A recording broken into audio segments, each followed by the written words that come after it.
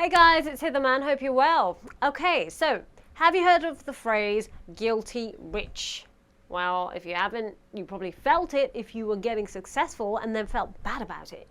Because ultimately, that's how I felt. I felt guilty for not fitting in with my friends from school, let's say, who hadn't made a few mil by the age of 25. You know, I'm sorry, but that was the kind of stuff I had to go through. I'm sorry for laughing, but I felt guilty, and I'll tell you what happened next. You end up self-sabotaging yourself because the rest of the people were too busy going to Vegas, Cancun, blah, blah, blah on holidays and making their life really, really exciting, but blowing money.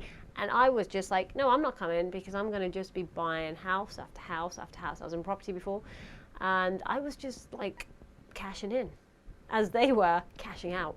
So I was thinking, well, do I tell these people what I do? And I sometimes did. I used to tell people, oh, I've just made like 35 grand on one house and I just bought 4 in a week. And they were like, what? So you made 35 grand per house and you just bought 4? I was like, yeah, and no money down, you know, stuff like that. At the time, this is pre-2008, so don't try and quote me on any of the stuff I'm doing now because it's changed. But anyway, at that time, that was how easy it was to make money in property. And I was making so much money and I had no money in the first place. I was like, people were looking at me and thinking, well, we've just done the same thing as you. We went to school, we did the same education, we've done the same stuff, and then we're not making the same money as you. Well, what I say to those people is that you had the same opportunities. If I did it, you could have done it, you know? So one thing that was very cutthroat in life is that you're going to lose friends along the way. And that's okay. And that's probably a good thing, because if they don't support you, and they won't, because if they're not moving up with you, they will want to resent you. It's just human nature, unfortunately. And that was a trap. At first, I found it very uncomfortable because you're used to having everyone being your friend and being so supportive, and you ring up if you're having a tough time and you know you struggle, and you ring them up and you speak to someone. But this time you can't, and I felt guilty. So what I tended to do then was this. I ended up subconsciously self-sabotaging myself, i.e. not being as wealthy as I could be, trying to fit in with the rest. And why and how? How did I do that? Okay, well, let's say there was a property deal on the table. I wouldn't take it because I was thinking, I kind of made the association, making a lot of money means being very lonely. And making a lot of money meant I would have more people hate me and treat you different, etc., you know?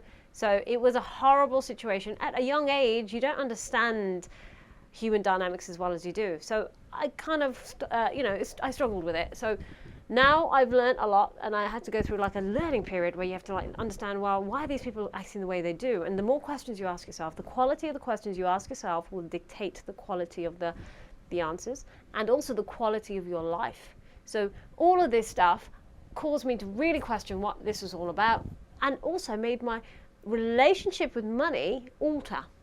I had a negative association at one point, to a point where I thought money isn't a good thing to make because it just segregates. It makes me not part of the bigger picture and this bigger family unit of friends, and all of us are suffering together.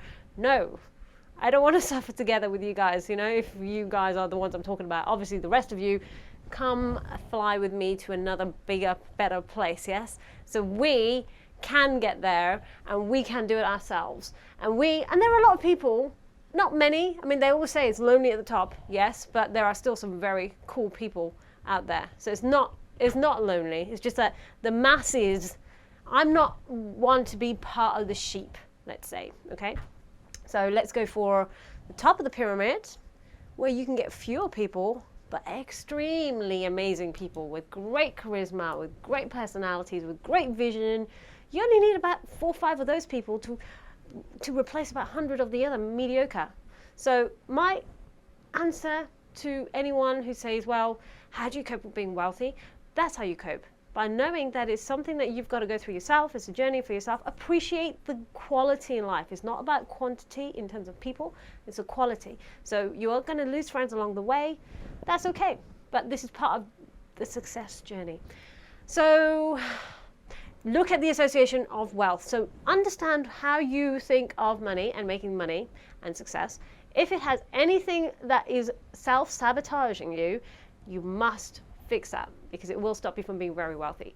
So please fix it, because I had to. Otherwise you will stay in that stagnant place and you won't get to the top of your potential. So hope you learned something from that.